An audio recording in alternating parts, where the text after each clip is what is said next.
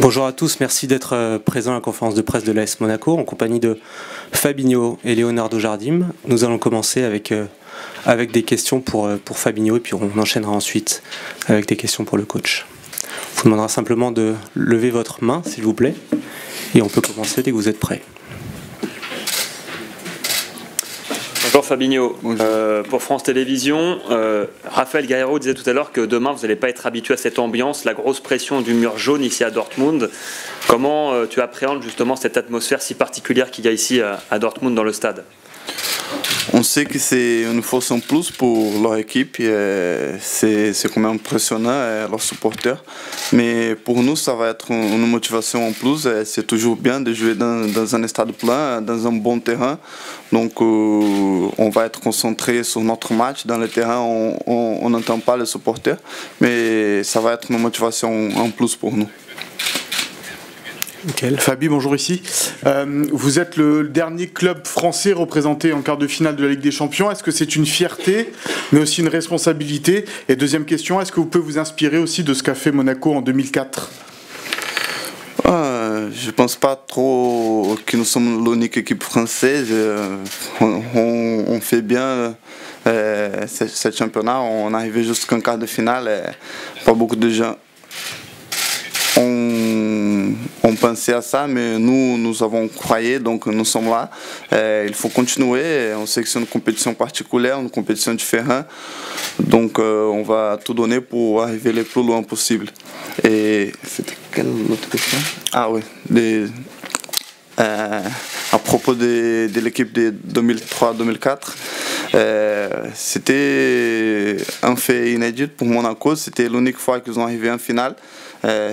Même si c'était dans une époque différente, il n'y avait pas les mêmes équipes qu'on a aujourd'hui, mais rien n'est impossible dans le foot. On sait que c'est difficile, nous ne sommes pas les meilleures équipes dans cette compétition, ni les favoris, mais on va travailler et on va essayer d'arriver le plus loin possible. Xavier? Fabinho, bonjour. On le sait, la priorité pour Monaco, c'est le championnat. Pour décrocher le titre. Du coup, est-ce que c'est du bonus cette Ligue des Champions? Comment vous abordez le match contre Dortmund? On a déjà dit que notre priorité c'est le championnat, mais les autres compétitions que nous avons, nous allons toujours jouer pour gagner. La Champions League c'est une aventure, on joue bien cette aventure, on va la prolonger le plus loin possible. Mais comme j'ai déjà dit, la priorité c'est le championnat. Si on est éliminé, ça ne va pas être une catastrophique. Mais comme c'est une compétition spéciale, une compétition différente, on va poursuivre notre chemin sur elle et voilà. Bonjour Fabi. Juste avant, l'entraîneur de Dortmund avouait que Monaco était légèrement favori de cette rencontre. Est-ce que ça vous met une sorte de pression ou vous pensez que c'est plutôt du bluff? Non, je pense que c'est une confrontation très équilibrée. Ce sont des équipes qui ensemble à beaucoup de choses sur la jeunesse, sur les jeux offensifs, sur plusieurs choses. Donc pour moi c'est très équilibré. Si je dois avoir un favori, je pense que les favoris sont hauts pour l'expérience en Champions League et surtout pour ça. Mais voilà, je pense que c'est un confronto très équilibré. Fabinho, aqui atrás, com a mão esticada, uma pergunta em português para você. Sou o Fred Caldeira do Esporte Interativo. Tem muita gente do Brasil, claro, que torce por você, torce pelo Jorge nesse confronto. Há um sentimento de representatividade sua e do Jorge pelo Brasil. Como é que é esse sentimento para você numa quarta de final de Liga dos Campeões? E a segunda pergunta é se o Borussia representa um outro degrau em relação ao Manchester City, que vocês fizeram um excelente confronto para quem gosta de futebol. Obrigado. Eu acho que é bom ter essa torcida dos brasileiros. A gente sabe que alguns até acompanham mais o nosso trabalho aqui, mas principalmente os jogos de Champions League, que eles sabem, que eles acompanham realmente, que eu acho que até tem mais televisão lá para o Brasil nos jogos de Champions League. Depois das oitavas de finais teve uma repercussão muito boa. Eu recebi muitas felicitações, muitas mensagens de parabéns depois desse jogo contra o City. Então a gente sabe que eles acompanham, mas sobretudo os jogos da Champions League, que eles estão bem ligados, e eu recebo muito mais mensagem depois desses jogos. E qual foi a outra pergunta? Sobre o Borussia representar degrau além do Manchester City. Sem dúvida, como eu já disse antes, é uma equipe que tem mais experiência que o City na Champions League, tem mais experiência que a gente também. É uma equipe que, ano passado, eu creio que não jogou essa competição, mas sempre que joga, chega no mínimo nas quartas de finais, então é um degrau a mais, é uma dificuldade a mais.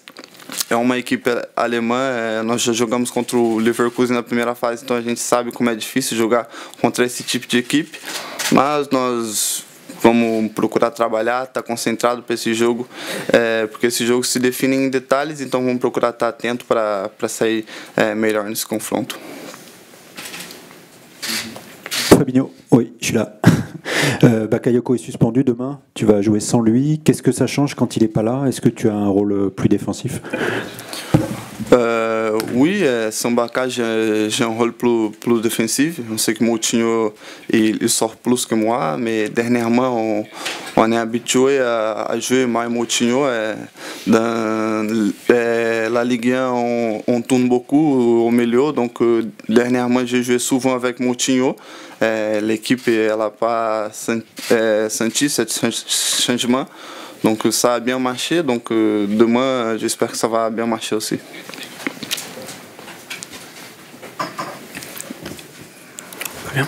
Et à quel match tu t'attends demain? Parce que Dortmund est une équipe très portée vers l'avant aussi et qui marque beaucoup. C'est la deuxième meilleure attaque de la Champions League cette saison. Est-ce que ça va être un match très ouvert finalement? Oui, je pense que oui, un match ouvert, un match avec beaucoup d'occasions, peut-être avec beaucoup de buts aussi. Voilà, on espère un match comme ça. Merci beaucoup. Dernière question, Régis. Vous avez pris 5.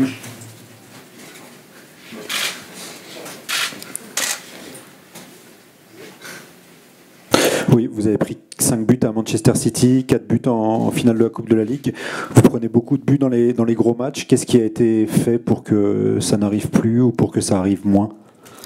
On apprend avec nos erreurs contre City déjà. Le deuxième match, on a pris un but parce qu'on a beaucoup parlé après ces matchs, on a beaucoup amélioré, surtout tactiquement, qu'on a fait des erreurs qu'on n'était pas habitué à faire.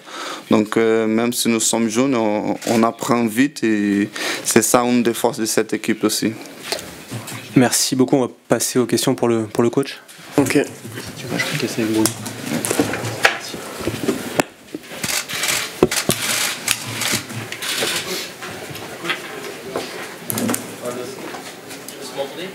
Est-ce que vous pouvez nous dire un petit peu vos souvenirs personnels de l'épopée 2004 de Monaco? Comment vous avez vécu, vous, à cette époque, la finale de Monaco? Est-ce que c'est un souvenir que vous pouvez rappeler à vos joueurs pour préparer cette épopée en Ligue des Champions de cette saison? Oui, je me rappelle bien de 2004. Parce que la finale de Monaco, c'est avec Porto, c'est une équipe portugaise. Et j'ai regardé bien. C'est une finale entre deux équipes que, en 2004, pas favorites. Les favorites, c'est les autres. Mais Porto et Monaco, ils arrivaient là avec le travail, avec la qualité de jeu. Et c'est toujours bien penser ça et rappeler ça aux joueurs. Mais le plus important, c'est nous. Monaco, les dernières 3 années, arrivé 2 fois les quarts finales de Champions League. Petit à petit, gagne maturité et les jeunes ils vont grandir et progresser avec ça. Et demain, je crois qu'avec Dortmund, c'est plus un match intense, comme toujours dans la Champions League, avec une équipe de bons joueurs aussi et plus d'expérience que nous. Bonjour coach, ici Jean Assegui, RMC BFM. Coach, sur le côté expérience justement, la présence de Falcao, son retour à la compétition, est-ce que vous considérez que c'est un plus et pourquoi? Qu'est-ce qu'il peut apporter sur ce type de match dès demain ici au match aller? Bien sûr, avec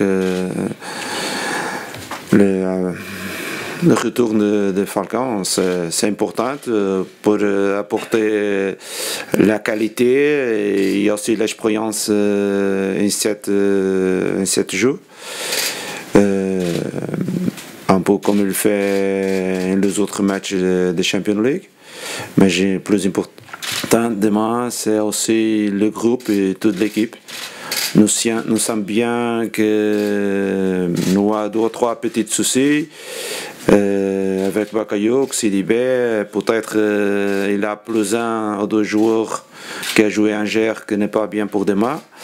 Mais nous allons essayer avec notre force, avec toute notre effectif, faire le meilleur compo et essayer de prendre les meilleurs résultats. Yann. Ouais, coach, justement, est-ce que vous pouvez nous faire, j'ai 2 questions, est-ce que vous pouvez nous faire le point sur la situation de Sidibé, puisqu'on a appris la nouvelle par le site internet hier, où il en est, qu'est-ce qui lui est arrivé exactement? Et ma deuxième question, c'est le coach de Dortmund, comme l'a dit Mathieu tout à l'heure, on lui a pas posé la question, on lui a rien demandé, mais il a estimé lui tout de suite que l'AS Monaco était favori demain. Quel est votre point de vue? Oui, la première chose, Sidibé, il s'est fait opérer hier, peut-être va rester 15 jours minimum dehors. Mais je crois que je n'ai pas de petits soucis, il n'est pas loué. Je n'ai pas d'autres joueurs qui viennent avec nous, mais je ne sais pas s'ils sont disponibles pour demain. Deuxième question, ça c'est un peu comme le match de City. Nous sommes les meilleurs du monde, nous sommes les favoris. Bien sûr qu'après, c'est vrai. C'est pour que ça se passe. Mais je crois que mon opinion n'est pas ce discours. Mon opinion, c'est que 2 équipes avec des joueurs de qualité, avec beaucoup de blessures et de joueurs qui sont dehors. Et l'avantage que je regarde de l'adversaire, c'est l'avantage d'expérience internationale et peut-être un peu plus de numéros de joueurs non effectifs. Julien. Bonjour coach. Est-ce que jouer une équipe comme Dortmund qui attaque sans complexe est la meilleure option pour Monaco? Est-ce que Monaco est plus fort face à ce genre d'équipe? Non, nous avons besoin de jouer avec notre ADN, essayer de faire notre match offensivement, défensivement, faire un peu l'attention à la qualité d'adversaire, la vitesse de les attaquants, la qualité de construction de les milieux et de la défense centrale. Et c'est comme ça, c'est toujours un équilibre. Coach, bonjour, Xavier de Radio France. On en parlait avec Fabinho juste avant. Est-ce que dans votre quête du championnat, est-ce que l'Europe peut être un danger? Merci. Se na conquista do campeonato, a Champions League pode ser perigo. Pode ser o quê? Perigo. Oui, bien sûr que nous avons déjà parlé de ça. N'est pas facile de jouer toute la compétition de 3 en 3 jours avec cette intensité. C'est bien rappelé que je ne sais pas si là pour l'histoire, une équipe qui arrive à quart finale de Champions League directement de Q3, nous fait Q3, nous fait play-off, nous fait la phase de groupe et maintenant nous sommes à la quart finale. Ça c'est beaucoup de matchs. Nous sommes l'équipe qui plus joue en Europe, en tous les championnats, l'équipe avec plus de numéros de matchs. N'est pas facile, mais maintenant aussi n'est pas possible de dire un jour de CFA pour venir jouer à Dortmund. Nous avons besoin de jouer à fond autrefois. Et c'est ça. Oui, bonjour. À propos propos de Kylian Mbappé qui n'a pas joué les 2 derniers matchs. Est-ce que ça lui a fait du bien tout d'abord de récupérer physiquement? Est-ce qu'il était un petit peu piqué dans son orgueil aussi le fait de ne pas jouer du tout samedi dernier à Angers? Non, je n'ai pas croire à ça. J'ai regardé lui rigoler et fêter la victoire après les matchs. Ils comprennent bien que le match d'Angers n'est pas pour lui les dernières minutes parce qu'on a besoin d'autre chose. Et c'est comme ça, toujours se passe notre équipe. Mais Louis, c'est toujours un joueur que nous croit, qui nous fait progresser. Il va jouer beaucoup de matchs, autre va rester dehors, comme tout le monde. Mais je compte toujours comme Louis et qui nous aide la qualité de Louis. Oui, bonsoir. Quels sont les joueurs qui sont incertains dans votre équipe, d'une part, et d'autre part, qu'est-ce que vous craignez le plus de cette équipe du Borussia? Oui, c'est nous toujours trop pression. Nous jouons samedi, hier, pas important de parler de nom, mais à 2 ou 3 joueurs qui sont nos limites. Ils nous limitent, je vais regarder aujourd'hui, demain, qu'est-ce qui va passer. Peut-être 2 pour rester dehors. 1 sûr et 2 dehors, mais maintenant je ne vais pas parler les noms. Régis. Oui, coach, un petit mot sur Fabinho, qui était absent en finale de la Coupe de la Ligue et on a vu qu'il avait beaucoup manqué. Pourquoi ce joueur est si indispensable à votre équipe? Oui, Fabinho, c'est un joueur que tout le monde connaît maintenant. C'est un gros milieu. C'est un joueur important. Il a gagné son place pour l'équipe. J'ai passé Louis de latéral droit pour le milieu parce que Louis a une capacité d'organiser bien les choses, regarder bien les matchs, bonne qualité de passe. Aujourd'hui, il est un joueur très important. Pour nous, c'est le meilleur joueur en 7 postes et je suis très content avec lui. Merci beaucoup. Merci.